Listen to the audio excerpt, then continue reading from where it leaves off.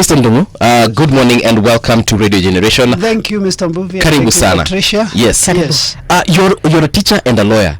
How did that come about? Because I know teachers are trained to be teachers and they're in class, wanafunza until they retire. My parents were teachers. I have relatives who are teachers. And I've never met a teacher and a lawyer. You have never met? Never. You've met one today. You're the first one. You have met one today. Okay. My first degree was in Bachelor of Science in Education. Yes. That is my first degree I did in Egerton University, where I pursued mathematics, physics, and chemistry. And after graduation, I pursued my postgraduate degree in education, where I was employed as a mathematics chemistry teacher by Teacher Service Commission. I taught only for 2 years. Then I did quit. I pursued my master's in project planning and management. Right. Then later I enrolled for a law degree in University of Nairobi for 4 years. Then I went to Kenya School of Law for 2 years. I went for pupillage and I was admitted as an advocate of High Court of Kenya. That is why I ended up being a teacher by profession, registered, because I'm still registered. I have never been deregistered by TSC. Because what happens is that once you are registered by the TSC, you cannot be deregistered. You can only either you are employed by the TSC, where you are earning salary from TSC, or maybe you may decide to practice individually as a teacher in private school, or even fail to, because it's not a must that you may be employed by the Teacher Service Commission. So if I'm a registered teacher and God forbid I commit a crime and I go to committee, I will still remain registered at the No. Once you are convicted of a crime, then somebody can move Teacher Service Commission, which is a regulatory body, to deregister you because of professional misconduct. I will give an example of those like who may have canon knowledge with the students. Yes. If you have a canon knowledge with students as a man or even as a lady, somebody can petition Teacher Service Commission or even Teacher Service Commission on its own motion. We say it in law sui moto. It can initiate a process to deregister you so that you are removed from now completely as a register in the register. And once you are removed in the register, you cannot teach anywhere in Commonwealth world because that certificate has already been withdrawn because you are diluting the profession of the teacher. That is now as much as the teacher service, the teaching career or profession is concerned. Again, it applies with other profession of lawyers and advocates. Right. Once you have signed the role of advocate and you are admitted as an advocate of High Court of Kenya by the Chief Justice, again, you are guided by the standard of professional conduct and standard of professional practice and ethical conduct, whereby if you violate, again, somebody may move the Law Society of Kenya and the judiciary to deregister you or to remove you from the role of advocate. Once again that you have been removed from the role of advocate and the admission certificate is withdrawn, again you cannot practice as an advocate of High Court of Kenya. So if I serve my term, let's say maybe I was jailed for 5 years, and then I do my 5 years, I come out, I've been rehabilitated, I am now an upstanding citizen. Can I get registered back to TSC or even to the legal profession? The professions have its own guiding standards. It depends to what extent did you commit professional misconduct that warrant you to be deregistered in either profession, even medicine. But you will of course be given an opportunity to be heard. We always say you cannot condemn somebody unheard. Okay. So once you are given an opportunity to be heard, because the petition will come, we want to deregister you because of ABCD misconduct, then you'll be given an opportunity to defend yourself. Then it is from that a professional body made of experts will now evaluate whether you meet the merit of being deregistered or you meet the merit of continuing or you meet the merit of maybe being warned or maybe suspension for 1 year and then you are reinstated. It depends on what misconduct you have committed. So all the professionals are guided by that, actually including engineering, medicine, accounts. They are a regulatory body that governs every profession to maintain the standards of professionalism. Exactly. All right. Well, I'm looking at that in the mirror of our leaders, our leadership in our country, and maybe the constitution and the laws that we have. Do we have laws that maybe also can put our leaders in such kind of a situation? We have integrity and ethical conduct, which is guided by Chapter 6 of our Constitution. But you see, leadership is a position, but these are professions. There is a variance. But of course, as a leader also, you should be guided by ethical conduct that is guaranteed or enriched in Chapter 6 of our Constitution. Because there is a minimum as how much you can do as a leader. Maybe I can give you an example. I was a CEC in the county government. Okay. In fact, I was CC in charge of transport, energy and public works in Nyandarua County government. Okay. And with the then governor, because he was removed from office in 2022 after the general election, Governor Kimemia. He was former head of public service in President Kibaki's government. And as a CC, you are state officer. Okay, actually the highest job group in the public service, job group T, and that is a very high job group in the county government. And we were guided by ethical conduct as a state officer, which also guarantees our leader, maybe the MPs, the national government minister, the PS, the head of parastatus. You are guided by that ethical conduct as guaranteed by Chapter 6 of our Constitution. There is this one you can do. Actually, the Constitution tells us that your conduct, either in public or in private, must bestow the dignity of that office you are holding. I'm here. This is maybe a private institution, a private radio company.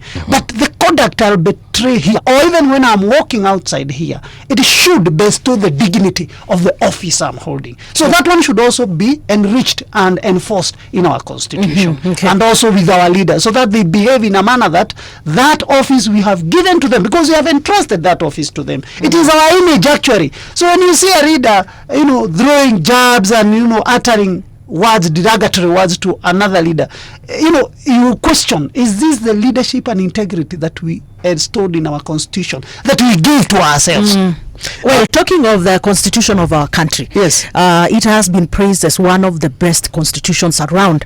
Maybe there's an advocate. What are some of the unique features of our Constitution that you feel like, anyway, this is makes us a top at a step higher than any other countries around here? One of the things that I would bestow in our Constitution is on Chapter 4. That is on the Bill of Rights and Fundamental Freedoms. Okay. All the way from Article 19 all the way to Article 51. About 50 articles. Nothing else apart from the rights and fundamental freedoms. I'm telling you, madam, if we don't protect that one, we have no country to run. That is where you see other countries, particularly in African region, you find that the rights and fundamental freedoms are being suppressed to the citizens. These are the rights. They are some of the rights that you cannot even take away, and they are internationally recognized. And why? If you look at, maybe when I was in law school, one of the teachers I came to love about so much was my lecturer in a unit called Social Foundations of War, was Dr. Nancy Baraza, the former Deputy Chief Justice. Oh, okay. She used to teach us and tell us that why do we have this Bill of Rights?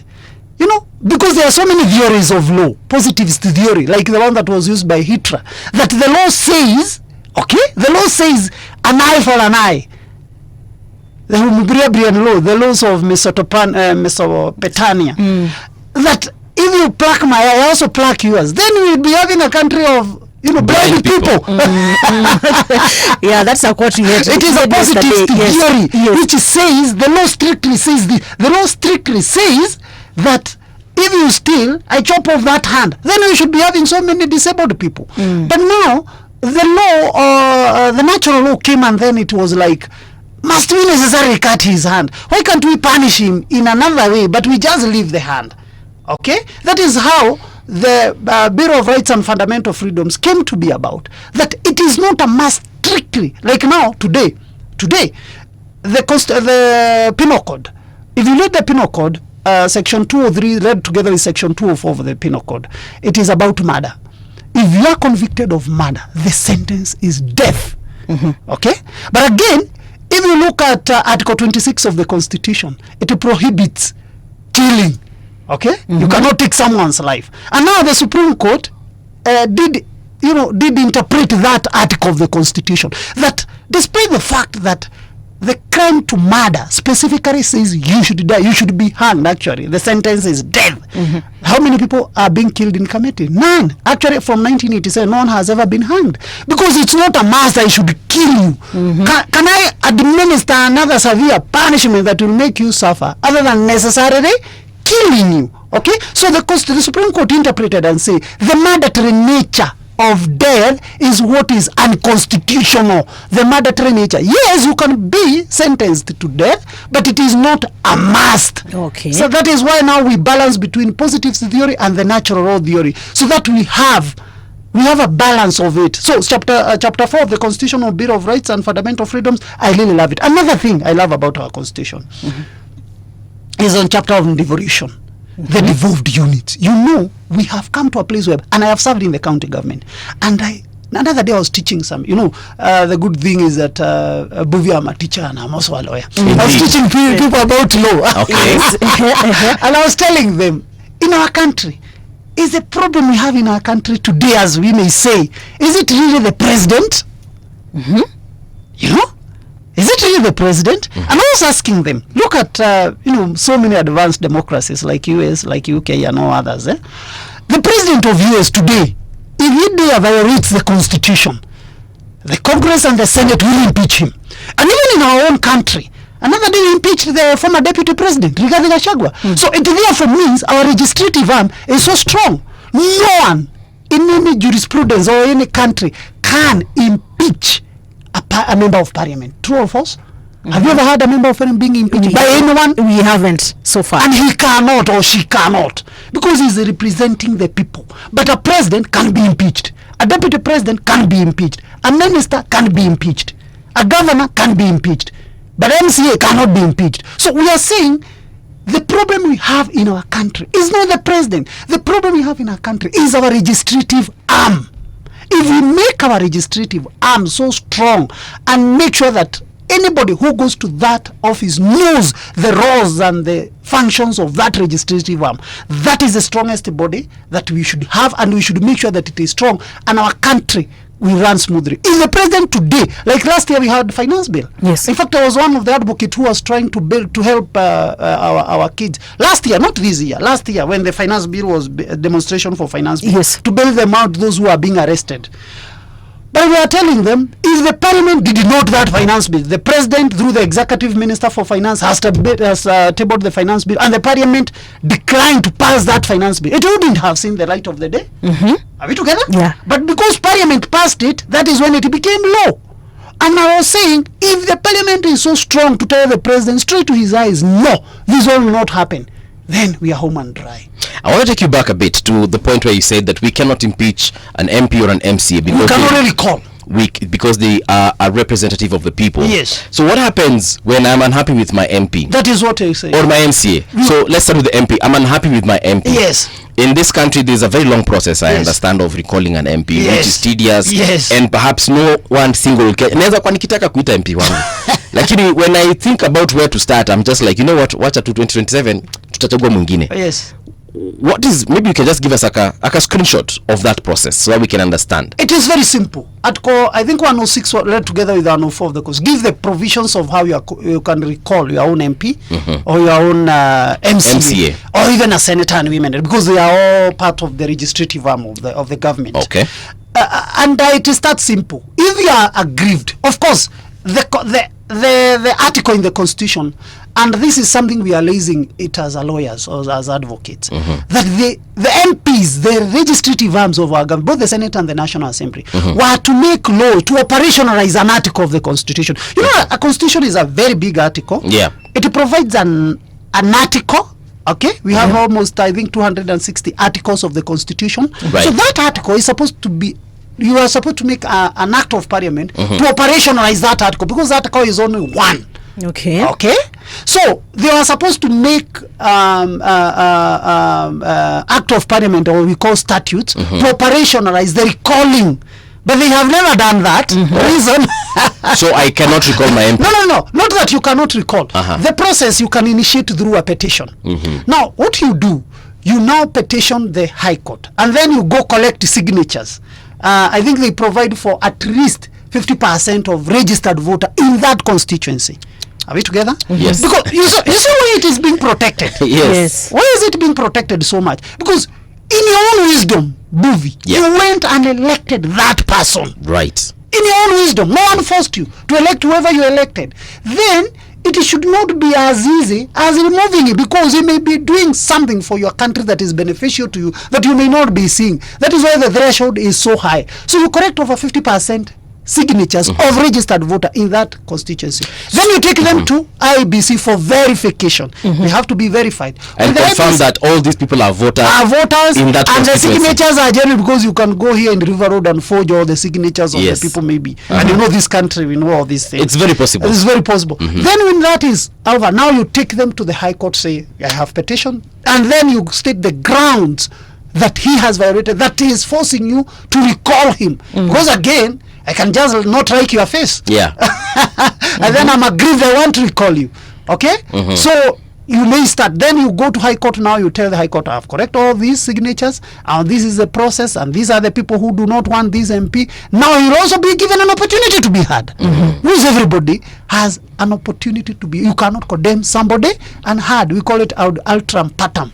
Everybody has a right of audience. Okay. So I have recalled my MP Ndung'u here. Yes. And I want MP to atoke. Yes. And I've collected out of a constituency of 20,000 voters, I have 15,000 signatures. Yes. IEBC has verified. Yes. High Court now does what? They call both of us. It now gives him an opportunity to, because it's a petition. You have petition. He'll be given an opportunity to respond to the allegations that you have brought against him. And in that now manner, you'll now be able to say whether it meets the threshold or it doesn't meet the threshold. Okay. Then the determination will be made and he'll quit the office. But again, there is no clear act of parliament that stipulates the process. And that is how it was also with the deputy president. There is no clear, because all these we use, you know, there is what we call case laws that we use as references. As an example. As an example. That is what happens in other jurisdiction. Now, in our country, we need our own unique way so that we know, must petition be to the High Court? Okay. And we petition the National Assembly? But you see, again, if you petition the National Assembly, these are his colleagues. If they go voting, will they vote for him to get out? I mean, it depends. And again, can a body oversight itself? No. Can you take that petition to Parliament for Parliament to petition one of their own? Definitely not. Definitely, because a body you cannot oversight yourself. Yes. You cannot, maybe you cannot supervise even yourself. In this company, you have a supervisor who will be higher than you, and you may be having a junior officer whom you oversee. So you cannot oversight, you cannot supervise yourself. So it needs to be done by another arm of government, which is independent.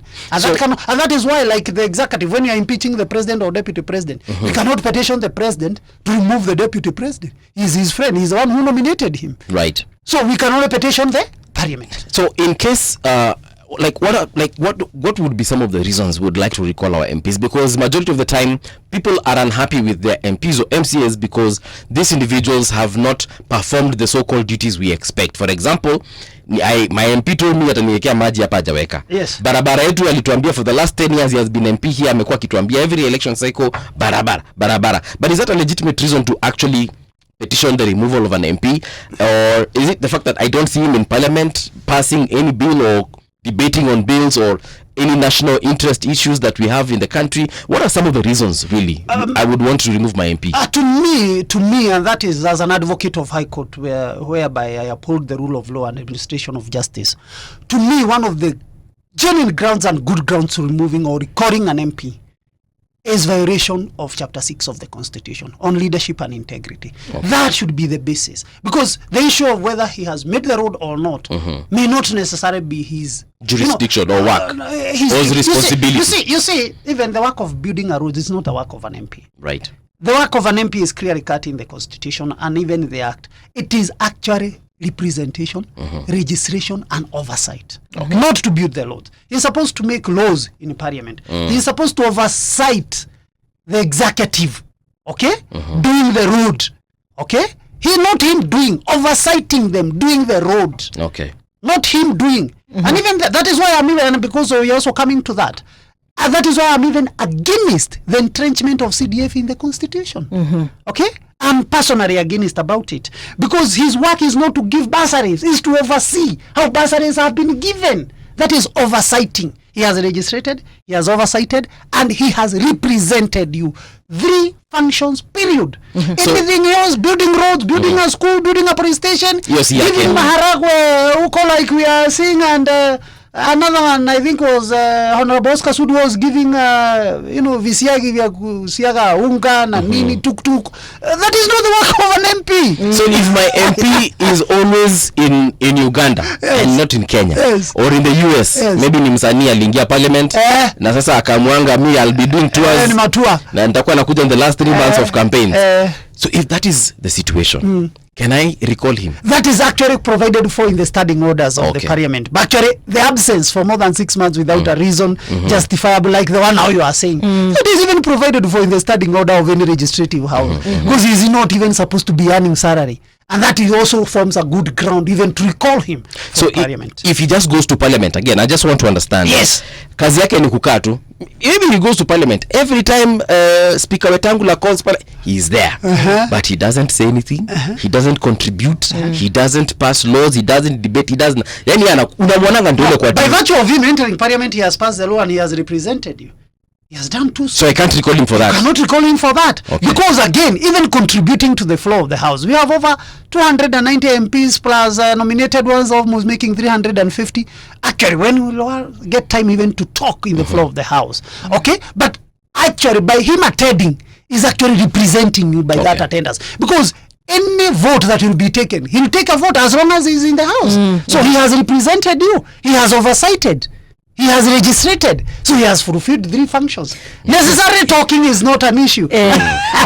So now, how do you treat now your MP who goes there and supports maybe a bill that is not working for you? Felt is not for you. Yeah, like we have seen our MPs supporting bills that we feel like this is not for us. Actually, a good example to that question is there's this bill about them wanting to put this draconian bill on protests, where they want to make sure that we do not protest. Is it Dagoretti? The women Esther Passaris. Esther Passaris, Nairobi. She's sponsoring the bill. So if I feel like sasa hapa kidogo my area MP, assuming it's you, na nione umepigia hii whatever bill kura in support, and I'm like huyu ndio lazima aende. Can I recall you on that ground? You cannot because you cannot because before the bill has stages. Actually, we draft the bills on behalf of members of parliament. Actually, they contract our firms to do it for them, because again, the House may not necessarily be made of lawyers and so there's advocates. There's a legal language. There is even a unit we do in Kenya School of Law, legal writing and drafting, and one of the things we do is practicing even how to draft a bill of parliament. They want to be tabled in parliament. And what they raise is that before a bill is passed, it has various stages, including public participation. There is drafting of the bill, there is gazettement of the bill, it goes to first reading, then after that it is subjected to public participation, then after public participation. So Mbuvi here may be disgruntled that he doesn't want the bill. But maybe on the other side, majority of MPs when their constituents on the other side wants the bill. It's balanced. So that is why always some of these bills always goes for voting to balance. Where do the weight lies? So as much as you are aggrieved by that bill, someone else may be happy with the bill. So what do?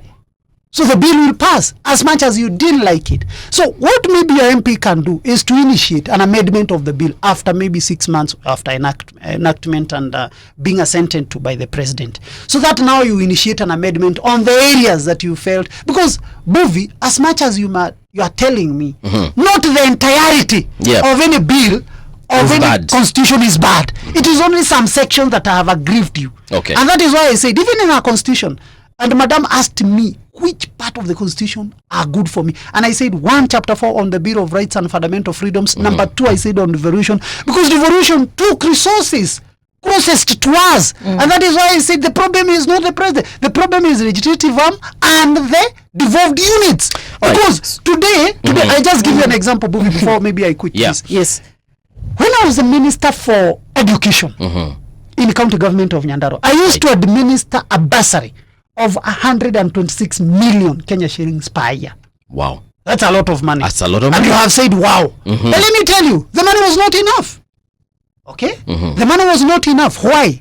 You have given me 127 million, but I have 60,000 applicants. Right. So just do simple mathematics. I also told you I'm a mathematics teacher. That is an average of 2,100 per child. So as much as you are saying the money is wow and it is much, kumbe ni kidogo when you come to actually dividing that money. Now, I had to write a cabinet paper because, again, working with the Governor Kimemia, he was very strict as a former head of public service. You couldn't just take to him anything. You have to bring it in a form of a cabinet paper. Okay? So I told him, if we go with this trend, this is not sustainable. So as a minister, I have a duty, legal duty, to advise him correctly. So he asked me, what do you think we should do? So I told him and I asked him, unless maybe we budget more money to put to the bursary, that is one alternative. The second alternative would be, why don't we empower our parents so that they generate their own income, so that they are able to pay for their own children. Then we reduce our reliance on the bursary. Number 3, because there was a lot of duplication. The county government is giving bursary. The CDF is giving bursary. The national government is giving bursary. Women rep through National Affirmative Fund, she is giving bursary. Private institutions, I will not name them, you know them, the banks and all that, they are also giving their bursaries. The religious and faith-based organizations are giving their bursary. I told him, why can't we also enact a legislation that consolidate all these bursaries so that if baby gets from county government, we consolidate so that we can able to see we have benefited from county government. So now we benefit someone else. Yes, someone else. So that at least because the duplication was coming as a result. Huyu anaenda hapa anachukua hapa 2,000 hapa 1,000 actually, hapa 500. Nilisoma na wanafunzi walikuwa na receive up to even 4 bursaries. Patricia, twende kazi. Well, it's just about still on the amendment of the bills, and specifically this one for recalling our MPs and even the MCS. I remember sometimes last year that the Senate Minority Leader Stewart Mazayo presented that bill that was targeting on these outdated unconstitutional sections 45, 46 and 48 of the elections, removing the strict requirements for the process of recalling these MPs. And also we saw the other day Katiba Institute also did something of the same, and we just want to know what is the update right now.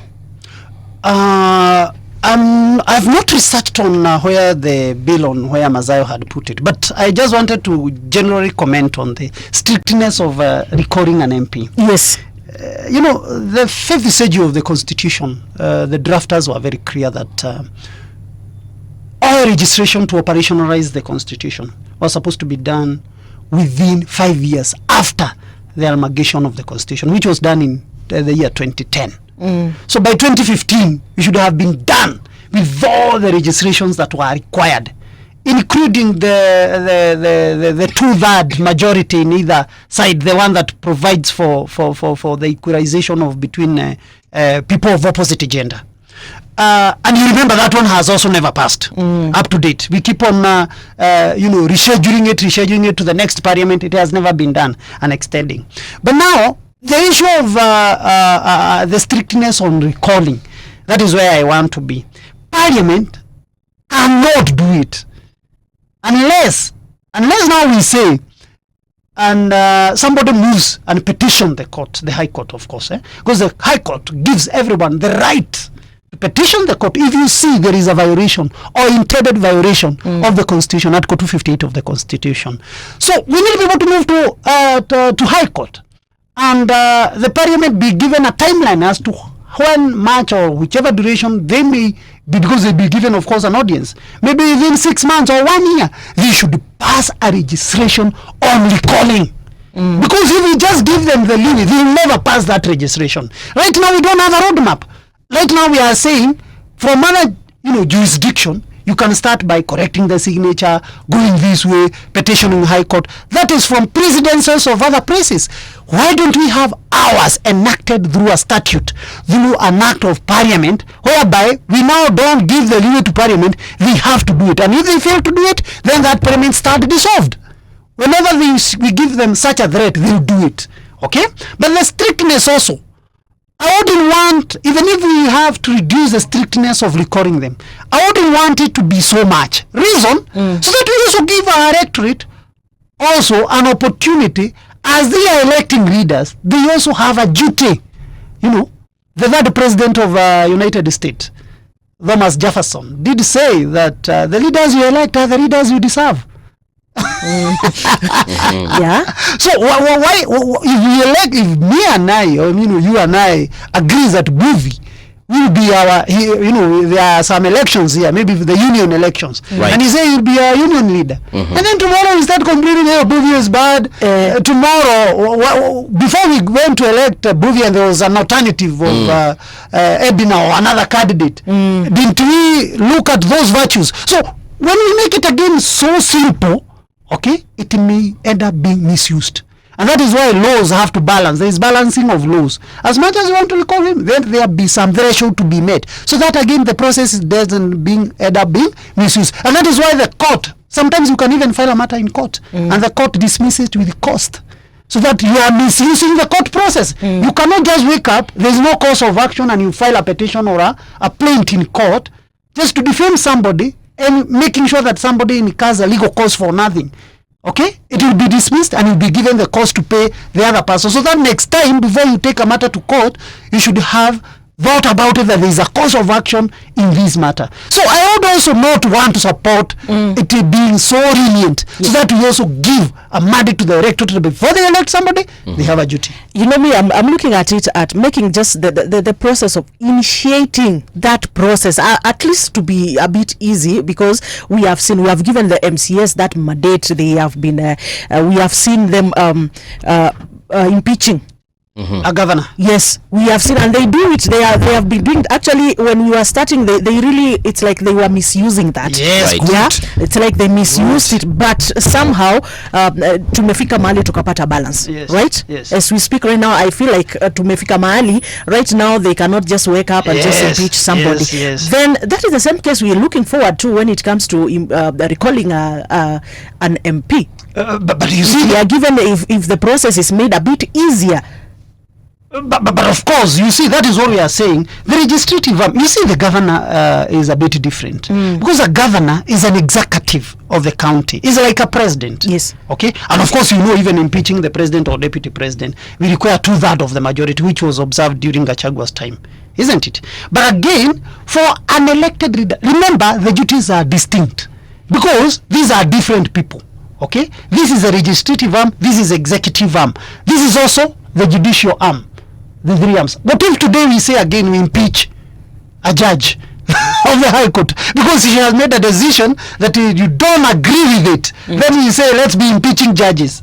Then judges will be coward to make decisions. That is why the process of impeaching a governor and the president should not be the same as that one of impeaching an elected legislative body. And that is why we need to empower our legislative body so that it becomes an oversight. In fact, I am one of the proponents that Kenya should be a parliamentary system, not presidential system. Reason, you see, with the parliamentary system, the prime minister is head of government and he sits in the National Assembly, just like UK, the House of Lords and the House of Commons. The prime minister is an elected leader, an elected MP who is the leader of that majority party. He forms the government. If he misbehave, he will just be removed. And immediately, you see Theresa May, I think she was the shortest serving prime minister in UK, only 6 months, and she quit the seat.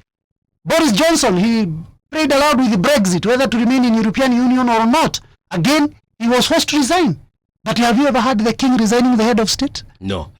So, if you have parliamentary system, then you would be balancing that this prime minister, who is in parliament as a head of government, he can resign any minute, we can remove him any minute, and the government continues. Okay, and in that one, even he will respect other MPs, and other MPs will also respect him, and he would have a very good body. So let us not make it so lenient. Again, let's not make it so strict. We should strike a balance. There's this issue of public participation. So there's this bill on protests. Maybe again, just take us through the process that they might go to before it gets to the president to actually assent. Yes. So Esther Passaris has taken this bill to parliament. She has tabled it. So at what point is the public participating? First thing, it has to be gazetted, and I think it has been gazetted. That is why it has been tabled in parliament. Right. After the first reading, there will be a vote, so that it continues to the second stage, whereby now after the vote, when it passes the first reading, that is when it will be subjected to public participation. And that is why you need now to come in. We need to come in. Sasa, now, ni nani anatuletea sisi to public participation? It is the duty of parliament. Parliament. It is so my MP, your MP should actually come to where we are, to the people, and say, so this is a bill, then we give him this feedback. Are we meeting in a hotel? Not even the MP. It is Parliament. Remember, Parliament is a body with the administrative wing. So whether your MP brings it or not, Parliament. It must reach your constituency. How does it reach my constituency? But of course, there are constituency offices. Of course, every constituency has constituency offices whereby you can correct a copy of the bill, read through it, and give the input again through that constituency. Remember, that constituency office is not an office of the MP. Yes. It's an office of Parliamentary Service Commission. Okay. So it is owned by Bunge as a body, not the MP as a person. Okay. If you come to Nairobi, even the rent is paid by Bunge, the Parliamentary Service Commission. But again, in our modern country, you don't even have to wait for it in your, I don't know which is your local constituency. Kitui Central. You don't have to wait it for at Kitui Central. I don't know, madam, your constituency. Well, okay, fine, leave it. Mine is allowed. So I don't have to wait for it. I don't have to wait for it in my. Today, you can give your input through the email that are provided by Parliamentary Service Commission. Okay, you can give your input. You can even drop it here. Okay, where is here? Our National Assembly headquarters. I thought it was Radio Generation. No. The National Assembly. Yes. You can drop it there. Yes. You can give the feedback through email. Okay, you can go through the website, and I'm sure all those avenues will be provided for in public participation. So it is not a mass as how you get a bus, a matatu, you go all the way to Kitui Central, so that tomorrow you go and do public participation. That is physical. Okay. There is also this one that you can participate by giving your input. Actually, you saw even the other lady who was arrested for creating a website for Jerry, creating a website for public participation. Yes. And the court, when it was acquitting, it said the lady should even be empowered so that we have more of that, so that we are able to give our input on any public issue that affects us. They actually, in fact, the Bunge was National Assembly and the Parliament was tasked to make sure they provide a website whereby citizens can give their input, because you are in a modern technology, you are in a modern world. So when it goes to public participation, that is when it will come back. So the MPs or the mover of the motion and the committee, because it after the first reading is of course given to the committee, it goes to committee stage, which committee stage now conduct public participation to get the inputs of the people. So the committee, the committee that is concerned with the registration and amendment will look at the inputs of the public. They encompass it. Not everything that you have given may go in, not everything that you have given may be rejected. So there will be a mixture. So they'll give these, they'll look at these, vis-a-vis, because they are expert of lawyers who will also look whether it's violating some sections of the Constitution. Right. The AG will be also give the input on behalf of the state, and all that will be put into consideration. Now, then it will be tabled. Yes. Again, I'm still on the public participation. Yes. So, because I'm sure maybe that's where you're heading to, whether the bill will pass or not. Yes. So, is there a threshold? Do they say that out of 55 million Kenyans, we are expecting 1 million responses, or are they looking at the registered voters? Who exactly is considered to have participated publicly? Is it people above the age of 18? Can my 5-year-old daughter participate? Who is participating? The court pronounced itself on the issue of public participation. Public participation is not restricted to voters. It is a Kenyan citizen of adult age and of sound mind. What do I mean? A Kenyan who is above 18 years, a Kenyan that is an adult, a Kenyan who is of sound mind, he is not insane. That person is the public. And that person must not necessarily be a registered voter. So that person is the person who gives the input. Again, the court pronounced itself. The moment the bill is out there, for public participation, for public to give the inputs. You remember, public participation means give the input at Article 10 of the Constitution. Right. Give your input. The moment the inputs are given, there is no threshold that it must be. We are 55 million Kenyans, but I think the people of adult school-going children are about 19 million or something, or 20. So you can speak of about that 6 million plus are people of adult age. Okay. Presuming or rebuttable presumption that all of us are of sound mind. Right. removing the few of us who are unfortunate of an sound mind. Right. Then everybody out of that 6 million is free to give the input. Okay.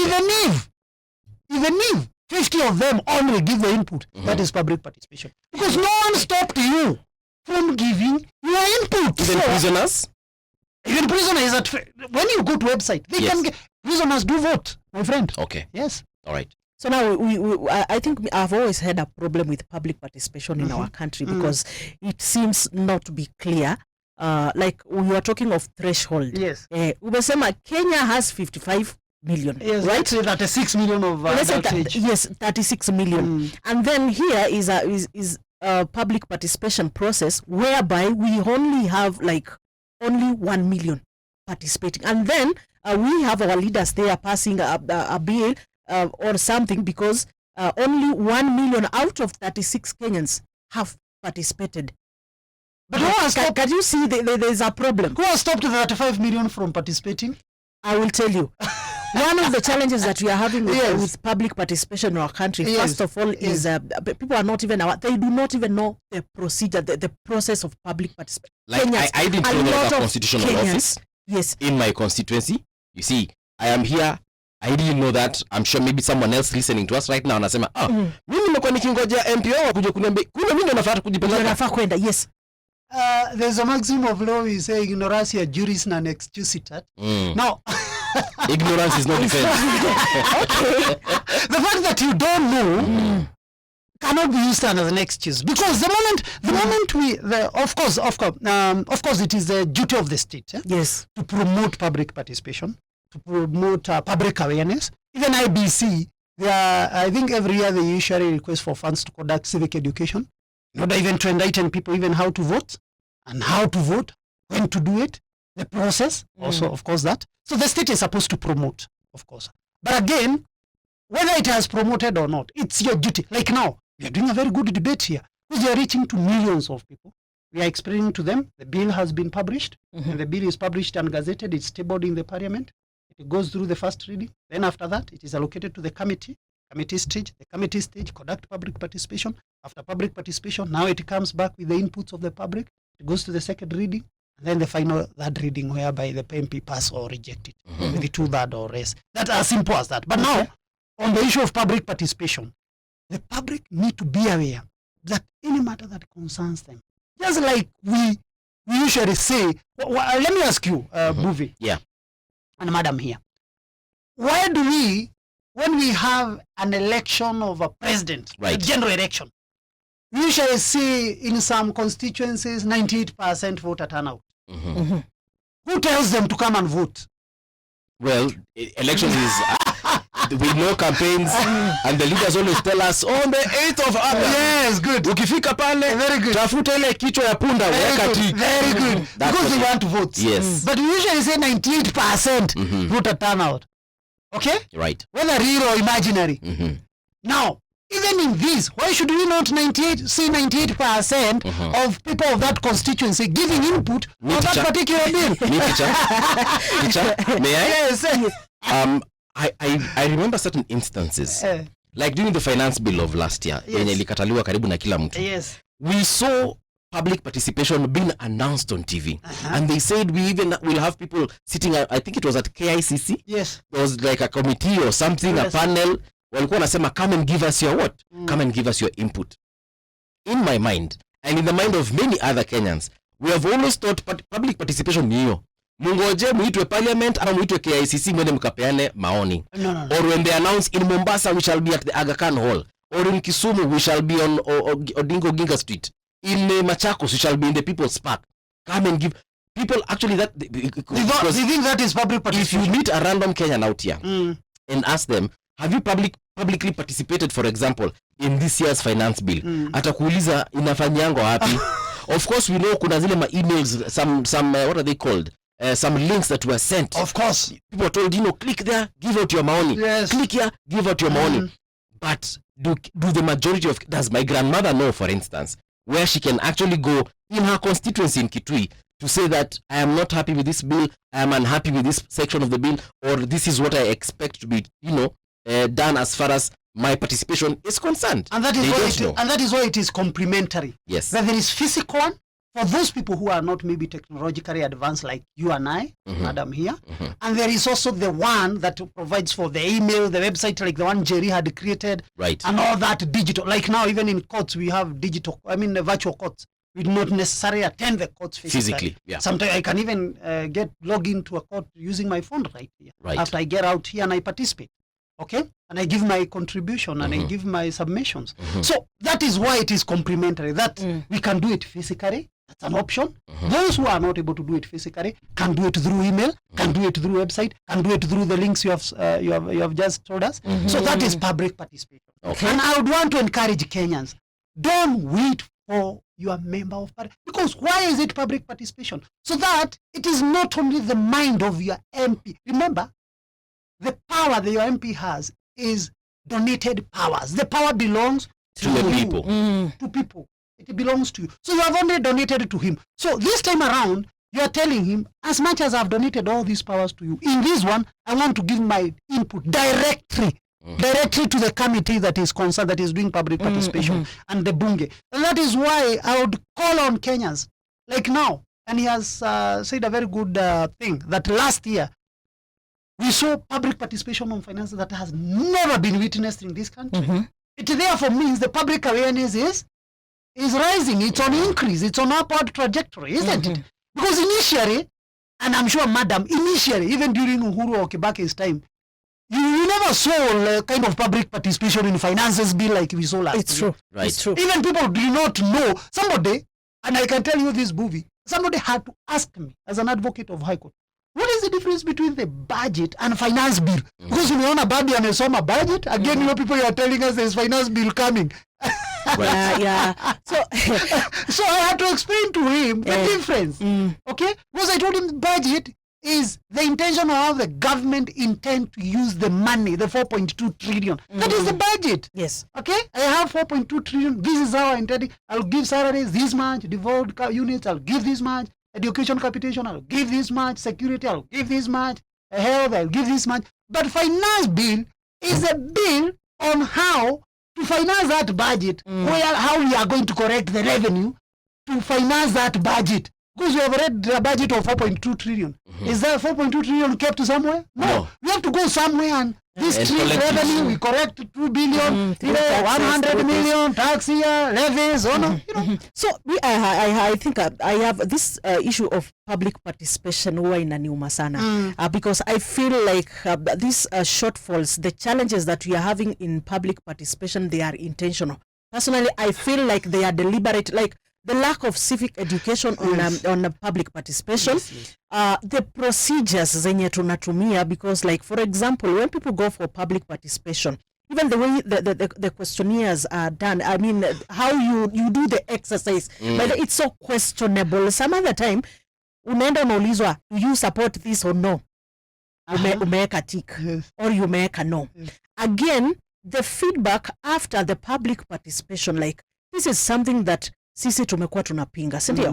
Now we want the government to have a system whereby they are able to come back to mwananchi kusema kwamba by the way this is what mulikataa, hii ilikuwa katika hii bill, sawa, your participation mumekataa hii and this is what we have done. So I feel like these actions, the failure, the challenges that we are having in public participation in our country, they are intentional, and because the problems that we are facing in our country most of the time. And again, we were saying right now Kenyans are like they are agitating about bad governance and so forth. But now the issue now boils down to them participating in some of these key functions zenye zinasukumia kufanya maisha yao na kuwa ngumu. One thing I agree with you, and that one is 100%. We need a lot of civic education. That one I agree with you. And during Kibaki's time, the ministry, it was called Ministry of Justice and Constitutional Affairs. I think it was the minister by then was Honorable Martha Karua before she stepped down. Okay. I think it was taken over by Eugene Wamarwa. And that one I agree with you, madam. 100%. We need a lot of civic education. So that even the members of the public, even when they come out to participate, it's not only participating, it is giving their input. But participating, I can just go and sit down and participate.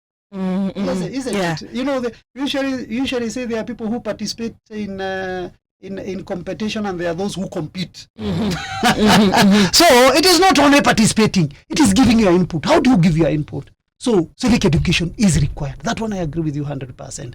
Number 2, on the framing of the question, yes or no, again, that should not be there. And today, even if you and Buvi give your input on the current bill on that regularize or regulate demonstrations, you do not necessarily have just to say yes or no, even if that's how the question has been framed. You can give your input in writing. But there's something I'd like to know, Mr. Ndung'u, that when we go to public participation, as much as not everyone goes, but now we know the process. We can go to our constitutional office and we will need to find, but everyone needs to know where their constitutional office is. Kama ni hapo kwa mtaa yenu iko wapi, so we can go and air out our grievances. So assuming 50 of us go, and we go there and we vehemently say this, like for example this bill on protests, na tuende pale tuseme hatuitaki, and then we see it being passed in parliament, na mpaka president eke sahihi, what does that mean? Does it mean that the 50 people that participated, their voice was not heard, or it wasn't enough? And also, what if the 36 million adults go to their offices and various channels, the emails, nini, and we actually air our thoughts on the bill? When will they get to read all the 36 million responses from Kenyans? Because anu watu wengi sana. I know of course 36 million won't go, but let's assume 36 million Kenyans appear there and they say this and this, and will they go through all that really? The presumption, and thank you very much, Buvi and Patricia. The presumption is, we call it rebuttable presumption, is that the 36 million Kenyans are supposed to give their input. Right.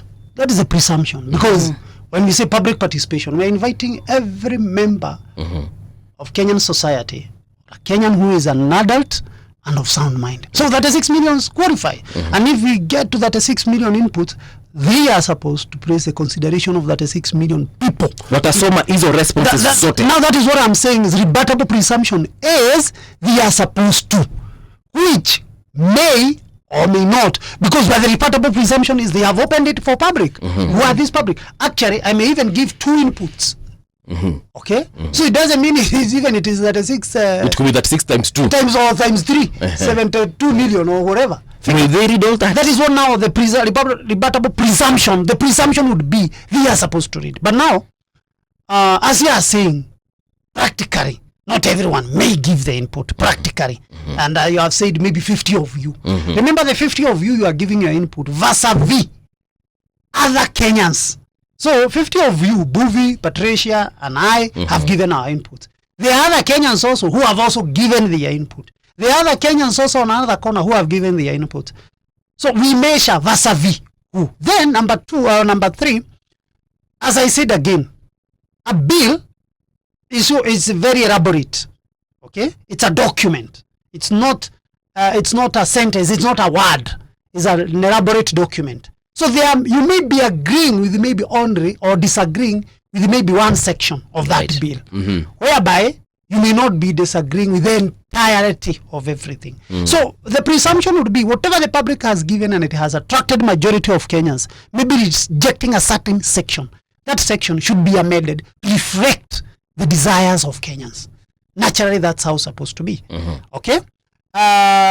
In case that bill goes and pass, disregarding the input of the Kenyans, then it therefore means that legislative arm has violated the power that had been donated to them. And that is why now we come in and say, because they have violated, and like that is what happened last year during finance bill. That majority of Kenyans said no. Finance bill, of course I was there.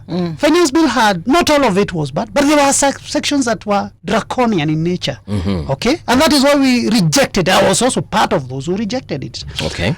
And we rejected some sections, but the MPs violated that. That is why you could see the public anger, boiled and they invaded parliament. I'm sure if there was a recall clause by then, we would have operationalized it. We would have activated it to recall these people. Because they are supposed to give and take the consideration of Kenyans into the factor. They factor it into the consideration so that it is reflected in what comes out. Because we are the consumers. When it comes to the law, we are the consumers. And you know, when you are making food for me and I tell you I don't like a lot of sugar, just reduce, you know, in that tea, reduce the amount of sugar or amount of salt and all that. And then you go ahead and, you know, violate what I have given you. Then I'm the consumer. I may not necessarily take that food because you have violated the input I've given. Ndung'u, I'm almost certain. Yes. I could be wrong, but I'm almost certain, for instance, this bill on protests is going to be met with a lot of you know, resistance. Exactly. So if we happen to see that resistance, we see even online conversations, we see people going on TV, you can read the mood of the Kenyans through these kinds of participations, even on TikTok and Facebook and Twitter, because that is where we are very active. And of course, there are those who will go to the constitutional offices and give their input. There are those who will write emails to Parliament and give their input. And I'm almost sure majority of Kenyans will reject this thing. What if we actually see, after we've seen all that, after we have read the mood of the country, the same way we read for June 2025 in last year, and we see after rejecting this, it goes and passes. Does it mean that the public can give input and it is disregarded? And is that lawful? Is it legal? Is it okay? Worldwide laws are made at times of crisis. Worldwide. If you remember the 2010 Constitution, what gave birth to 2010 Constitution? It is the post-election variance of 2007, 2008. True, all of us? True. In fact, if there was no, if there was no, because we had tried to pass the Constitution in 2005. Okay. But it didn't go through. Okay? But after 2007, 2008 post-election violence, everybody was yearning for the new Constitution. So that we put in place the mechanism of the Constitution that will guarantee us free and fair elections. President cannot be sworn at night. You know, the way we saw it in 2007 when President Kibaki was sworn almost at night, at dusk, isn't it? Yeah. And, you know, you have to garner 50+1 because with the simple majority you are declared the president, where the opposition may be having 70% and you only have 30%. You know, that gives birth to the new Constitution. So I believe, Buvi, even this, you know, registration of the statute is coming as a result of the protest we have witnessed. Yes. Because if we didn't have such bloody protests last year, and of late we have been having so many bloody protests, that some are disguised as protests, but actually even says that some of them are not actually protests. They are hooliganism. Yes. People vandalizing. Somebody can come to this studio and vandalize, smash all these machines here. They are worth the millions of shillings. Injure you and Patricia here for nothing because you are airing your divergent opinion. True. So I believe the bill may be coming, you know, in rules of interpretation of statutes. There is what we call the mischief rule. The mischief rule is a rule that we use as advocates to interpret a statute and say, what did this law came to cure? What was bad that necessitated making of this law so that it can come as a cure? There is a golden rule and there is a retro rule. Retro rule means you interpret the law as it is. But now, mischief rules ask a question.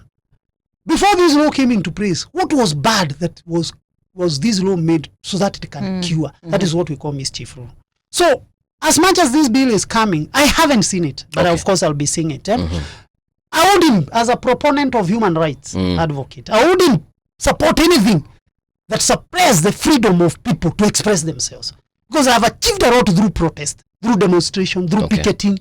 So I wouldn't want anything that can curtail Article 37, Article 36 of the Constitution, freedom of association. Okay? Because people associate and then they protest. I wouldn't support anything of that nature. But of course, I would also be privy to the fact that I live in a country whereby there has to be a rule of law, such that there is a limit. But like somebody saying 100 meters from Parliament, I think that one should not even see the light of the day. Yeah. In US, even people protest outside the White House. And that is the high regarded, I think, structure most building secure in the world. People usually protest outside Down Street, London. That is the seat of the Prime Minister of London. I mean, of UK. Right. You know, so some of these rules. And that is why I'm saying, let's see the bill. Let's see which parts are draconian and are trying to suppress the rights of the people. But again, also, as also Constitution tells us, as your protest, it should not, degenerate. You should not, even here in broadcasting, you cannot broadcast something that will promote protest and violence. Sure. Because even this signal will be switched off. Yeah. Right. So let's see the bill, movie. Let's see which sections, like I've already pronounced myself that 100 meters to parliament, that one cannot be allowed. Let people protest even outside that parliament. In any case, it's our house. It's not their house, it's our house. Yes. We have donated to them. That one I cannot support. But again, can we also protest outside parliament, but you don't vandalize parliament also. Okay. Can we protest outside Harambee House, but we don't vandalize Harambee House? Can we protest even outside the State House, but let's not vandalize State House? Okay. State House does not belong to Ruto. Right. Ruto is the president today, currently, in that house. Tomorrow he will not be. That house belongs to us. Yes. Tomorrow, in fact, the one may be protesting and wanting to vandalize State House, may be the next occupant of that house. So let's not vandalize our installations. In fact, I come from Olkarau, whereby 26 government vehicles were touched. A library was touched. Okay? Now, I wasn't asking our people from Olkarau, must you really necessarily touch a library? A library, a sanctuary, it's like a sanctuary of wisdom. Because where do you get wisdom? You get wisdom from a library. Yes. So, are you saying that we should remain fools, that you have now banned books, that our children can come and read and refer, so that they come advance? Must you ban a government vehicle, the one that is, delivering services? They even burnt this one. What do we call these vehicles? That ambulance? No, not ambulance. The one that exhausters. Exhausters, yes. Now, when you burn an exhauster, tomorrow in that market you will say your toilet is full. How will you now? Will you be going to the bush for short calls and long calls and all that? Because you don't have an exhauster to exhaust those toilets that are all over in the market. Umezichoma. Some of these things now we are also doing, we are just going too much. We can demonstrate, and I'm an advocate of demonstration. Actually, anytime LSK folk or demonstration, I'm always in the front line. But let's not vandalize our things. And let's have regulations that do not suppress us, and again, that also guarantees our freedom of movement. In the height of what we have seen, the demonstrations that we have seen so far, yes, do you think we can have a peaceful protest? Because we have seen the issue of goons. We have seen goons, ambapo after that we are seeing push and pull. You are the one who sponsored, you did this, you did this. Now the question that we remain with, even as we head towards Sabasaba, because we know something may be brewing. Yes, for Sabasaba. So do you think we can have peaceful elections in our country? A very good question. Patricia, you have asked me a very good question, but also a very hard question. Because the issue of having a peaceful protest depends, one, with the organizers. If today you tell me to organize a protest, me as Daniel Ndung'u Wangenye, okay, an advocate of High Court of Kenya, I'll organize a protest, but no one in my team can vandalize anything. And I usually tell you, we usually have it as LSK. Another day we were, in fact, it was our first group that did a demonstration, was Law Society of Kenya. We did demonstration from, I think it was the last year, not the other year, 2023.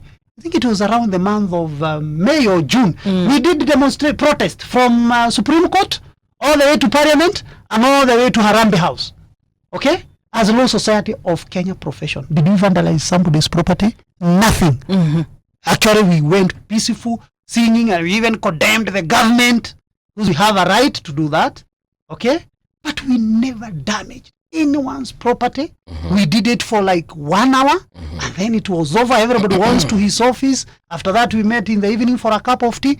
If you call me to organize a protest and a demonstration, I'll organize it. There'll be no vandalism. Okay. There'll be no, banning and fighting and shooting and all that. But again, that is why I'm calling the organizers of the demo, any demonstration. Okay, some of them it is called as generic. It's people just coming. Like the Gen Z says, they are leaderless, they are partyless, they are tribeless. You see, that one also becomes very tricky because who is controlling them? Okay. I want us to switch gears now and talk about this whole issue of the national government constituency Development Fund. Something you've been very vocal about. Yes. What is your issue with it as it is? I start by saying that personally, I don't support the amendment of the Constitution to entrench NGCDF into the Constitution. And I'll start by quoting the Constitution. Article 6 of the Constitution. Kenya territory is divided in counties as per first schedule of the Constitution. All the counties are in the first schedule of the Constitution. County number 1, which is Mombasa, to county number 47. Nairobi. Which is Nairobi. I don't know your county. Kitui. Oh, Kitui. Yes. I'll look for the number. Mine is number 18. Right. Nyandarua. So, and Madam sijui yake, Patricia.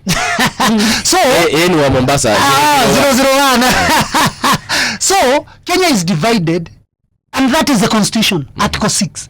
Kenya is divided in counties as per Article 6. There is nowhere the Constitution says Kenya is divided into constituencies. Okay? Yeah. Then you go to Article 201, 203, and 204, which is intending to be amended, whereby, because they are now amending Article 204 to entrench Article 204A, 204B, and 204C, which brings on board the NGCDF, 204A. Then 204B brings Senators Oversight Fund. National Senators Oversight Fund, and 204C brings this one for women rep, National Government Affirmative Right. Fund. So you see, when BBI was rejected, and I don't know, that judgment is too long. It's 515 pages. The Supreme Court judgment. There was a question of the basic structure of the Constitution. The Supreme Court and those people who had petitioned so BBI to be rejected were saying the basic structure of the Constitution is being altered. What do you mean by basic structure in law? That precedence came from India in 1973. Okay. Whereby, if you are amending the Constitution, like now, let me just give an example of a Constitution. A Constitution is like this building. Right. Now, this building may be 10 stories, isn't it? Mm-hmm. If you want to demolish this wall of this building, yes, so that you expand this office, this wall may be having a column coming from basement to the top floor. So yes, if you touch this column, you interfere with the basic structure of this building. This building can even collapse, the entire of it. So the fundi, an engineer, will come and tell you, if you are to expand this office, now we shall demolish this section, but we shall not touch this area because this area has a column.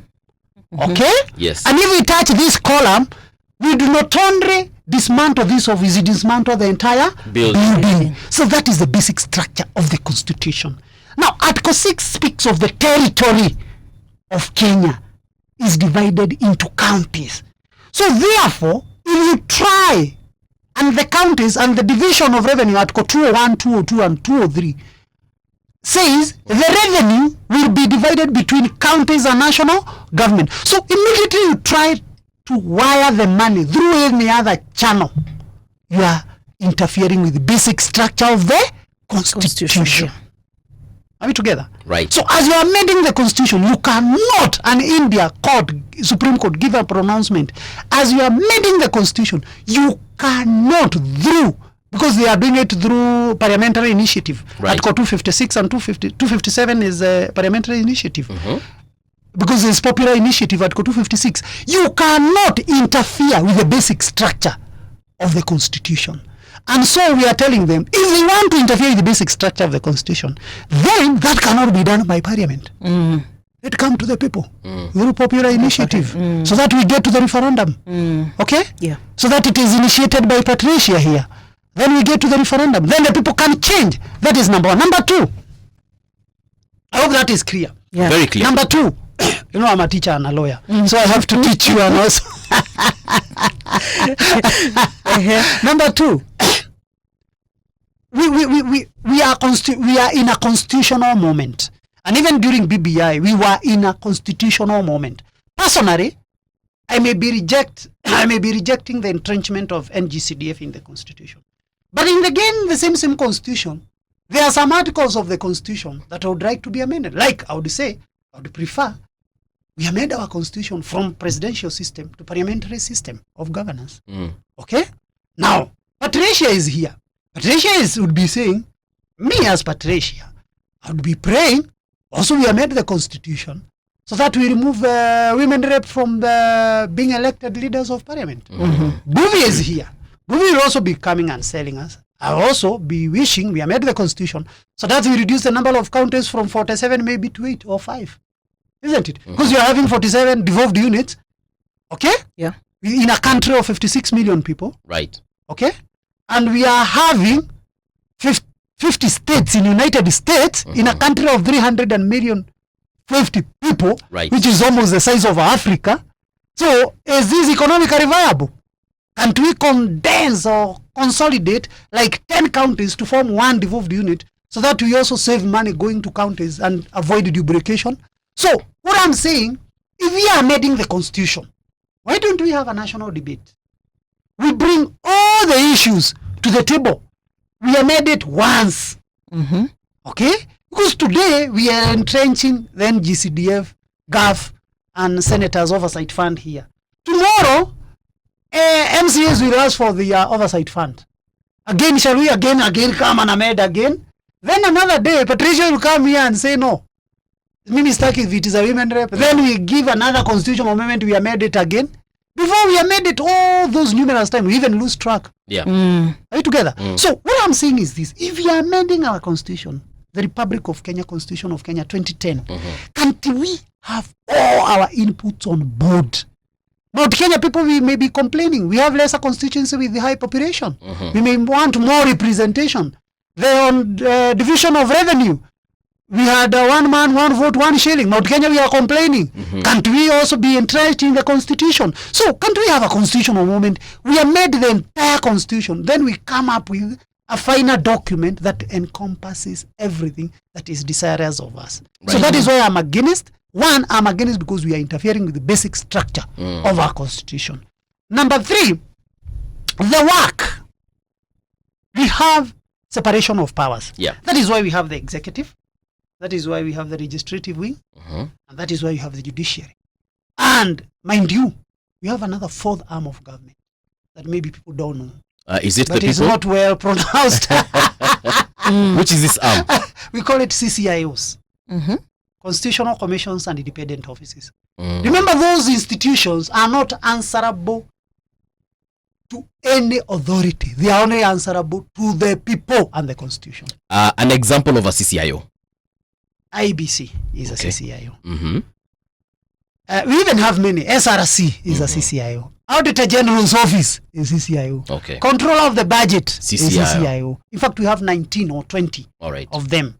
Those are constitutional commissions and independent offices. And why did we make them that way? We made them that way so that as they execute their duty, even ODPP, Director of Public Prosecution, even EACC is a CCIO. We made them that way so that no one can question them apart from the people. People now means National Assembly and the Constitution. So that they are, like now, Auditor General can audit even funds being taken to State House. If he was under the executive, he cannot or she cannot. Yes. We call her Gavongo, the Auditor General. Then we have this one of control of the budget, Margaret Nyakanga. Nyakanga or Nyakango? Sorry. Yeah. You know. It's Nyak. Nyakango. Yeah. I think it's Margaret Nyakango. The controller of the budget. Me, my question is, yes, because like if it's another 4th arm that is tunaitanga an official 4th arm. You see, like for example, Parliament, we know Mudosi ni speaker. Judiciary tunajua Mudosi ni CJ. Executive tunajua Mudosi ni president. Now this CCIO has very many of these 2 offices, like you've said, 20. Very good. And there is no specific Mudosi. Exactly. That is why they are made independent. But now the question also comes, like now there was a debate that these CCIOs are so many. Can't we consolidate some so that we remain maybe 10 or whatever? But remember, they play a very important role. Like control of the budget. If you just leave money just to go, my friend Bovi, and you know where we are as a country, right, money can really vanish in thin air. If Auditor General is not there, money can really be misused. Is it true? Are they necessary? They are very necessary. They are very necessary. But again, can't we see which one are duplicating laws and try? Like controller Commission on Human Rights, very also important. Human rights, there will be violations of rights of people. Look at IBC. If IBC would be at discretion of a sitting president, or maybe opposition, or maybe sitting MC and whatever, they can wake up today morning and say we are not conducting an election. The president niye amechaguliwa tena even before conducting any election. So it's very, some of these bodies are very important. Okay. So, but now what I was saying is this: if you have, and that is why I'm against the entrenchment of NGCDF in the constitution. If you don't want to register it, to oversight and to represent, which is the work of a legislative arm or legislature, both the Senate, National Assembly and county assemblies, why don't you quit that seat, then look for a seat of an executive? Because you are telling me you want NGCDF to be in the constitution. Yes, you are an MP, you are given money. How do you oversight yourself? Let's do traffic, then we answer some of these questions. Yeah. All right. So I'm looking at these roads of Nairobi, and I'm seeing that not much is happening as far as the traffic is concerned. Let's look at people coming from Ngong Road. You guys are saying that barabara inakaa ish. Watu wanasema wa Mombasa Road, they are not complaining at this particular juncture. Outer Ring Road pia hamna stress yoyote this particular hour. It's 8:32. I think the only traffic maybe is just around the estates as you're exiting, but if you're getting onto the roads, nothing to complain about. And even as you get to town, especially at Thika Road around Globe, that we are having traffic there just as you get to town, right? And even the junction of this Ngong Road, as you pass through Uhuru Highway, there's also some traffic there. All right. Sawa sawa basi. Anything on the road you think we should know, please find us on those channels and we shall definitely let the country know what is going on. Ndung'u Wangenye is in studio and the conversation is around the constitutional amendment or the amendment of the constitution, and right now we are focusing on the NGCDF, talking about also the CCIOs, and why then is, if these institutions are so independent, for example the IBC recently just got reconstituted with new commissioners, and people are asking a lot of questions about these particular individuals that have been placed from, the chairman all the way to the rest of the commissioners. Maybe you can let us know, how independent are these institutions if we are facing the kinds of issues we are facing with the IBC, and at the end of the day anyway, the president has more or less like it's the final say. Fine, watanominatiwa parliament ende wa vet but eventually president anaweka kidole pale. So what are we saying about this so-called independent constitutional offices?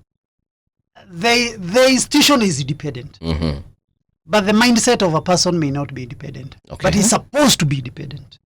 See whether we are getting it. That the institution is independent, but the mindset of a person maybe holding that office may not be independent, but it is supposed to be independent.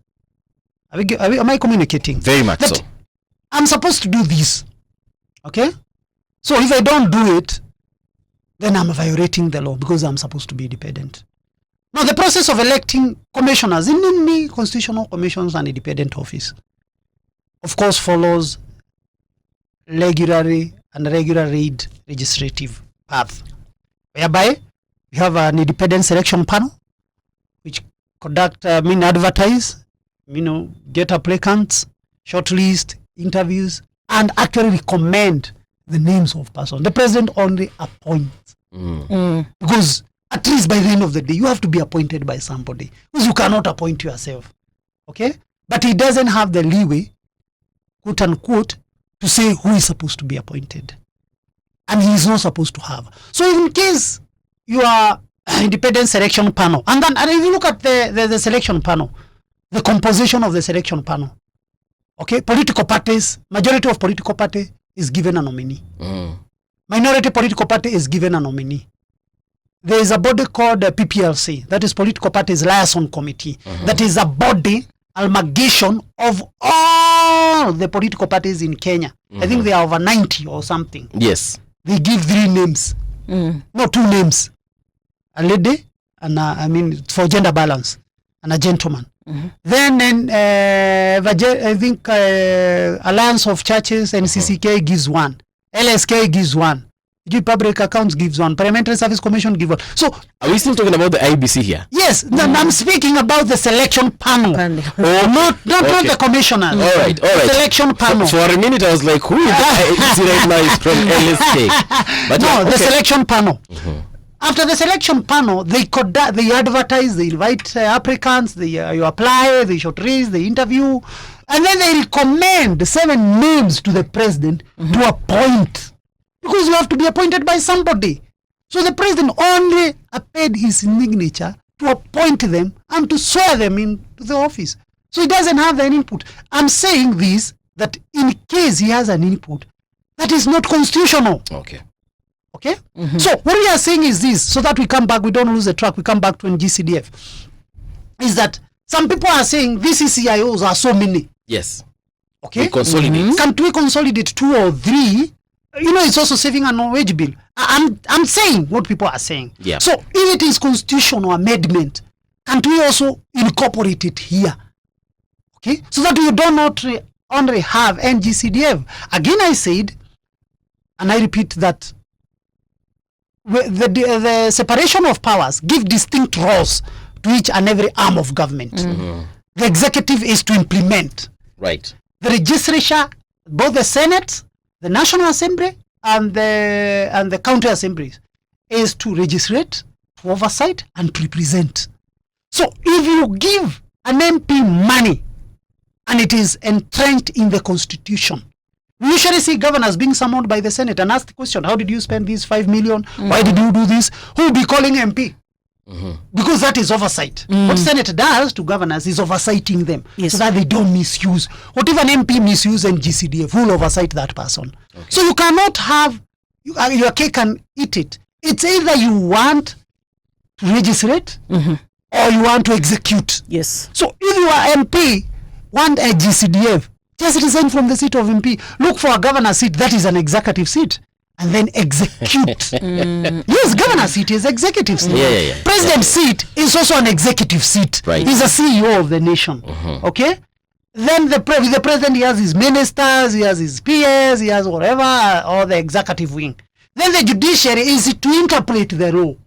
Okay. So everybody has clearly distinct role. So if MPs and women rep who want gov want money, let them relinquish their seat. Because before you seek for that seat, are you going there? You should know your role. If it is not comfortable for you, you should not look for that seat. Just decline it and move it to contest. You may not be interested in executing. You may be interested in registration and oversighting. That house should be made of lawyers. You just legislate. Okay. Yes. Still at it, we are seeing also the Senate empowerment bill. Also them oversight. Pushing. Leave alone the fund now. They are pushing for enhanced powers such as vetting senior state officers, voting for or influencing money bills and the national budget, and approving deployment of security. And now that Senate is overstepping its mandate. You know, the Senate, the work of a Senate is to protect the interest of devolved units. Period. Nothing else. So they cannot again come. You see, the National Assembly, and by the way, it's very good we understand this. The National Assembly, and that is, look at even the choice of the word, how it is, its name, National Assembly. It is the nation assembling there. Okay? You put it that county assembly. It is the county assembling there. Are we together? So the work of that is work of the National Assembly, because that's the congregation of Kenya. The National Assembly is a congregation of Kenya. And one thing that is done by the National Assembly is representation of Kenyans. Kenyans are there through your own elected MP, whom you have donated powers to him or her to go and represent you there. Okay. So the Senate cannot again ask for work that is not, that is not its work or not supposed to be its work. Again, we are touching the basic structure. Okay. Touching. Okay. Again, we are going to the basic structure. Because the basic structure is very clear on what we are. We should not touch this column, which the entire building will come down. Yes. It's also this push for the chief administrative secretary. Yes, reconstitutional amendment. Yes. Also, what do you have to say about it?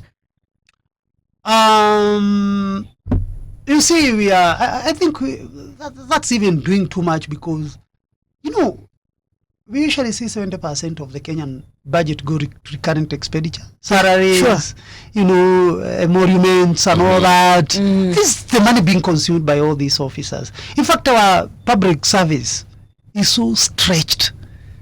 We need a leaner one. Okay. And that is why I'm even saying putting CAS is just bloating the wage bill. Yeah. Why are we saying even we consolidate some of the CCIOs is to reduce the wage bill? Why are we saying that the devolved units, a country of 56 million, a size of Texas in US, is having 47 devolved units, whereby we have CC education Nyandarua, CC education Nakuru, CC education Nairobi, CC education Mombasa, CC education Kitui. And we have the entire of Northeastern having one CC of education. And initially we used to have provincial directors of education. So you're saying we go back to the 8 provinces that were there? No, I'm not saying 8, but we can reduce to a reasonable number. Okay. Maybe even 6 or whatever number we have. So that we don't have all these duplication. Wage bill too high. County Assembly of Kitui, County Assembly. Like now, if I ask you, do you know your County Assembly Speaker? By name? No. Do you know? Okay,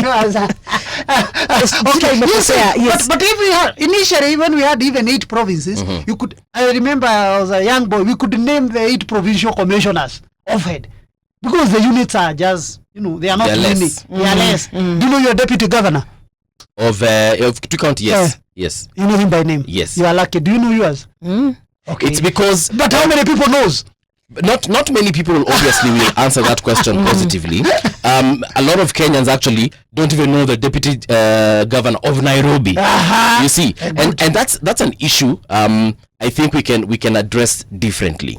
For instance, someone was suggesting here on this show, I think it was Fanyamambo Kinodia, who said that why should we have a deputy governor, yet we can just appoint one of the CCs to be a deputy, to deputize the governor and also have a CC role. Exactly. Yeah. It is a duplication. Instead of having the DG earning lots of money, and he doesn't have a CC dog. He doesn't have control any ministry. Yes. He doesn't have a role in that county. I was in county. The DG does not have any ministry. I was a minister for education. So the DG does not have any ministry.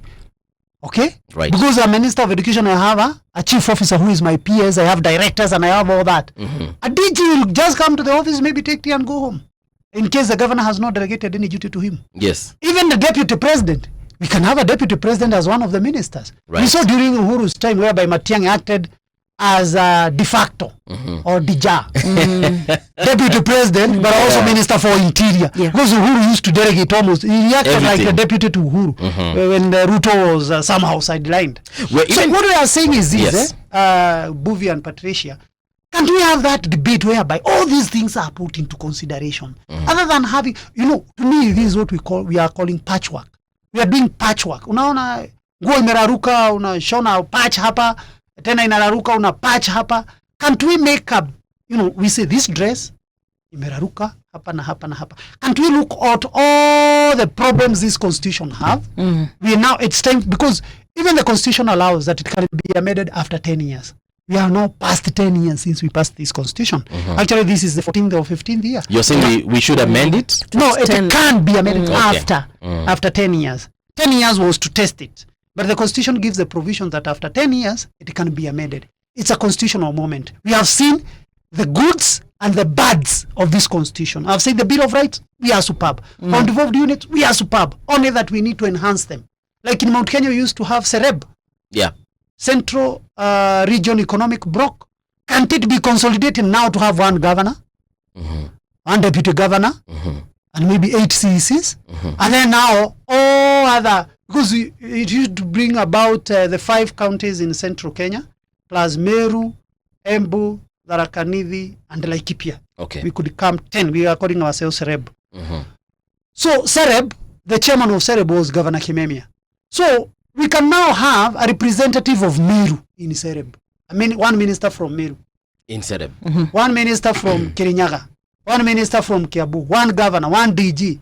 Then it becomes even better because that economic bloc can become even a powerhouse whereby even other regions, like now coastal region can have its own. Right. Nyanza region maybe can have its own. Rift Valley can have its own. And then we have 6 governors. In the previous governments of Kibaki, Moi, going back all the way to Jomo Kenyatta, we had the 8 provinces, and they performed fairly well, if you ask me. We had a vice president who had a ministerial position. Exactly. He was active in the running of the country. Mudiawari reform of prisons. Exactly. Yeah. So, in your opinion, do you think that that form of governance is better than what we have right now? Because right now we have so many governors, and I know we created this devolution so that we can have representation, and people in those particular, like the Mandera region. We were just having a conversation here with a constituent and an aspirant of the area, and one thing that he pointed out was in the 50 years before devolution, Mandera County and actually just the area around northeastern received 9 billion shillings in 50 years. 9 billion shillings.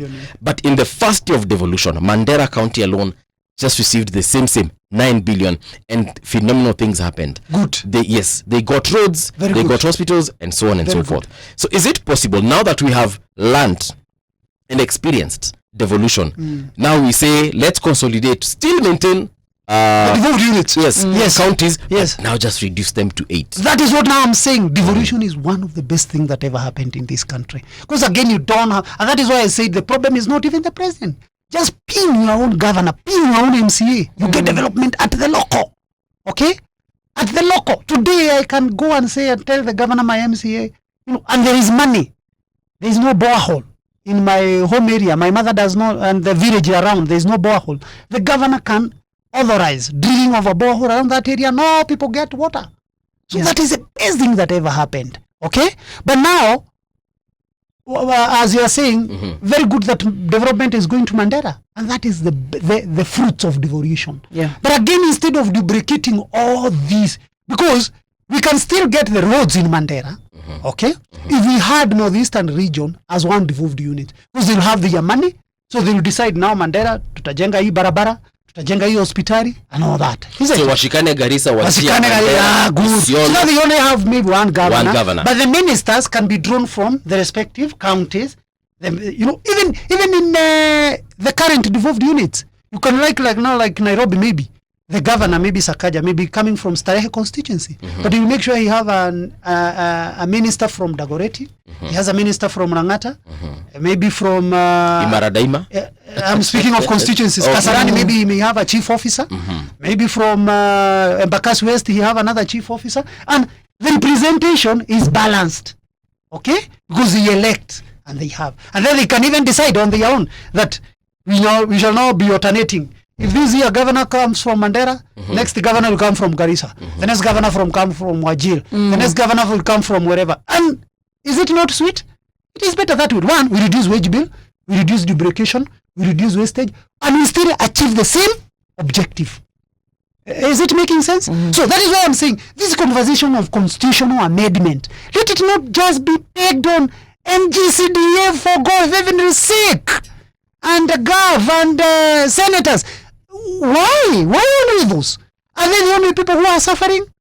But it is believed that it is believed that your MP is closer to you, so yeye ndiye anajua kama Ndung'u akona kitu, kama Patricia akona kitu, he's able to balance. But why is he getting fund and he gave him the work to register and oversight? Yes. If he misuse, who will oversight him? And by the way, for record purpose, the MP is not the one closest to me. The closest to me is the MCA. He should even give him the MCA. Whose MCA is even just a small unit. Isn't it? Huo ni neighbor. Hata nyumba 10. Actually, my MCA is my uncle. My own MCA. I can put it here in record. Yes. Okay. Somewhere Madhu Inaina is my uncle. Right. Yes. Right. So I can reach him. I hope he's performing well. He's trying. Yeah. Okay. He's trying. Which is a good response. We try. So that is why I'm against GCDF. That if it has to be given to MP, senators, and women rep, then let it also be given to MCAs. Why discriminate? Yes. Why should we protect? And this debate, let it be national conversation. Let it not just be done here in Parliament. I had another day, NCCK had their issues. When we had, what do we call this thing we had in Bomas, sanitary after the last election? We had, something that was good. BPI. Not BBI. After the last election. After the last election. Hii tulikuwa nayo hapa Bomas. Nani alienda huko? Ndio nikwambia ilikuwa National Dialogue, whatever. NDOC. Kalonzo. Yeah, ilikuwa nacheiwa na Kalonzo na I think Kimani Ichung'wah or something. What do we call that thing? NDOC. Inapotea jina.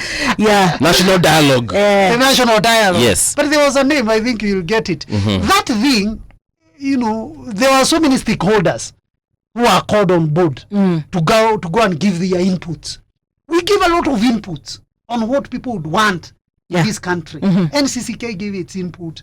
Muslims gave, faith-based organizations gave their input. Trade unions gave their input. Professionals gave their input. Business community gave their input. Politicians gave their input. Other stakeholders gave their input. Even foreigners gave their input, isn't it? Yeah. And then we had the National Dialogue Committee, that committee. Everybody gave their input. And even individual citizen, I remember Waititu went in person to give his own input. There was even another guy from Siaya who was teaching MPs some constitution on the power belongs to us and it may be exercised. I think there was that guy. So there was a lot of input in National Dialogue Committee. Why can't we now have such a National Dialogue now to bring on board everything so that now we have a constitutional amendment? We say now we are amending our own constitution so that we get, there was even an input so that we have a ombudsman in the judiciary, that the excesses of the National Dialogue Committee, NADCO, good NADCO, I was going for that name, NADCO, Yes. the NADCO report. Can't we have another NADCO 2 so that the inputs of NADCO 1, whatever was, maybe somebody missed an opportunity for NADCO 1, so NADCO 2 can just firm up. We don't throw away the report of NADCO 1 because taxpayers' money was used. Right. So the NADCO 1 report, we enhance it. Are we together? Am I communicating, Patricia? Yeah. We enhance NADCO 1 through NADCO 2 so that we get now a hybrid. Then from that NADCO, then we say we are now amending our constitution. We shall have addressed every area. So it cannot be, and that will not be parliamentary. It is people's initiative. And even if it is parliamentary, at least there is input of the people. Are we together? So that now we have made our constitution wholesomely. We don't just amend, because this, whatever we are doing within GCDF and Gov is patchwork. Okay. We're just about like 5 minutes away from the end of the show. And I would like to just ask you a few questions that are not necessarily about the constitutional amendment and so on and so forth. We've just mentioned here dialogue. The people that organized the protests last year and this year, largely we like to call them Gen Z, but I'd like to believe it's every other Kenyan who is of goodwill and who wants change in their country. They came out and they said that it's time to end this whole dialogue issue, because we don't need to sit down, for example, to end police brutality. It is something that we just need to say and do. Like, we just stop shooting innocent Kenyans, period. No one needs to sit down with the IG Kanja, for example, and tell him, Bwana Afande, wacha kutuua. Issues to do with, for example, this overtaxation and so on and so forth. That one doesn't need a constitution. Just do the right thing. Let's you already know that Kenyans are very broke. You already know that we have a lot of Kenyans who are unemployed. It doesn't make sense to continue taxing them in the way that you are taxing them. That doesn't necessarily need a conversation. And many other things that, the Kenyans said that we do not need a dialogue for those particular things. For example, we don't necessarily need a dialogue for good governance. Just do what is right. Stop abducting people and so on and so forth. So, in your opinion, this whole NADCO 1 now, again, if Kenyans maybe want, we might have NADCO 2. Is it really necessary, though? Because there are some things we just don't want to do, and we do not have we don't need a conversation for them. There is nothing wrong with people talking, Mbuvi and Patricia. And even in our homes, we keep on talking. There is nothing wrong with that. People talking. Today you agree with this with your wife or your husband, tomorrow you disagree. You keep on talking. Actually, failure to talk is even more evil than talking. You better even talk and talk as much as possible. There's no harm in that. But now, as you are saying again, whatever we talk, let's also put it into action. Okay, we just don't talk and end in talking. Like now, if it is doing the right thing, if it's National Police Service, don't shoot. Let just them do what is necessary. Okay, don't shoot protesters. And we were talking another day. We were saying, as much as we are also blaming and saying the police are shooting, those are evil elements. And in any society, there are always evil element. Because I'm sure they are also very good police officers. Sure. Amongst ourselves. Some are even our relatives. Isn't it? We cannot say in a force of about 100,000 that all of them are bad. True. Actually, you may find that the faction that is bad or evil, there are very few elements that are tainting the entire picture of the National Police Service Commission. So, but that does not mean that that one soul must be lost due to police brutality. And those who have done, let them face the force of the law as per the law stipulates, and we should not protect them or cover them. Okay? But police, they are good. They are those ones that are very good. And majority of them, and I believe majority of them are good. Now, if it is, doing the right thing, if you are governor or you are MCA, you are MP, you are executive, you are given funds, don't just corruption. Again, there are good Kenyans who are not corrupt. But there are those also who are damnly corrupt. He's asking, well, when will he get this? In fact, he comes to this office, he is now, doing some mathematics, how he will sell this microphone or his earphones. Or even that microphone. Or even the microphone. There are people who are damnly corrupt in their mind. Again, let them be removed from our society. And we don't need a dialogue for that. We don't need a dialogue for that. The president knows Ndung'u is corrupt. He's a minister. Let him fire. Let him fire. He's a PS. Fire him. In fact, by the way, for once, one thing I also came to love about Ruto is that when we pushed him, because I was also there in 2024 protest, and he found that he has nowhere else to run to, he had to reject the finance bill. He had also to dissolve the entire of his cabinet. Then hired them back. But those who are hired back, I also did not like it. Yes. Are we together? I also did not like it. Because if you are firing somebody because of incompetence, yes, stating that person is transferring incompetence. Okay, but he did good. And also, Buvi also, something else. Let us not also say that because this and this has happened, okay, let the entire country burn. It's called Samson's option. It is either my way or no way with this building. Are we together? If I am a minister, even before the president tells me to resign, should I not resign? Resign, honorably. People have complained about you. Why are you waiting for president to come and tell you to resign or to fire you? Can't you see people have lost faith in you? Do you want to collapse with the entire of this building? Because you're only one person out of 56 million Kenyans. Okay. I was there. I was a CC. Today I'm not a CC. Yeah. I still eat and feed my children. Okay. Tomorrow they'll be there. Yeah. So let us, and as I conclude, because I know our time is over. Yes. As I conclude, let's say this. This country belongs to us. This country, if it burns, no one will be safe. Including those who are flaming the fire and those who are not. And those who are not talking. It usually said, when you elect a leader, that leader becomes the leader of those people who elected him, those who elected his or her opponent, and those who did not even vote. Okay. He becomes a leader of everybody. So this country, Buvi and Patricia, belongs to us. And whatever we do in this country, let's put our interest, the interest of this country at heart, knowing that we have no spare nation apart from Republic of Kenya. Yes. If it is person A who is bad, time will come, we can change that person without necessarily paralyzing the country. Ndung'u, we are literally out of time. Nitakatwa saizi na producer wangu, but thank you so much for coming. This has been very, very eye-opening.